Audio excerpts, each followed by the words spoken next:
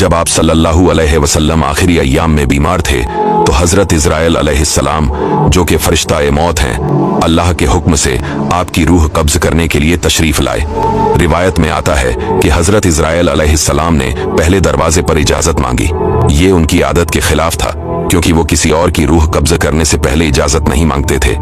हजरत जिब्रील अलैहिस्सलाम ने नबी करीम सल्लल्लाहु अलैहि वसल्लम को इस बारे में बताया कि इज़राइल अलैहिस्सलाम दरवाजे पर खड़े हैं और इजाजत चाहते हैं।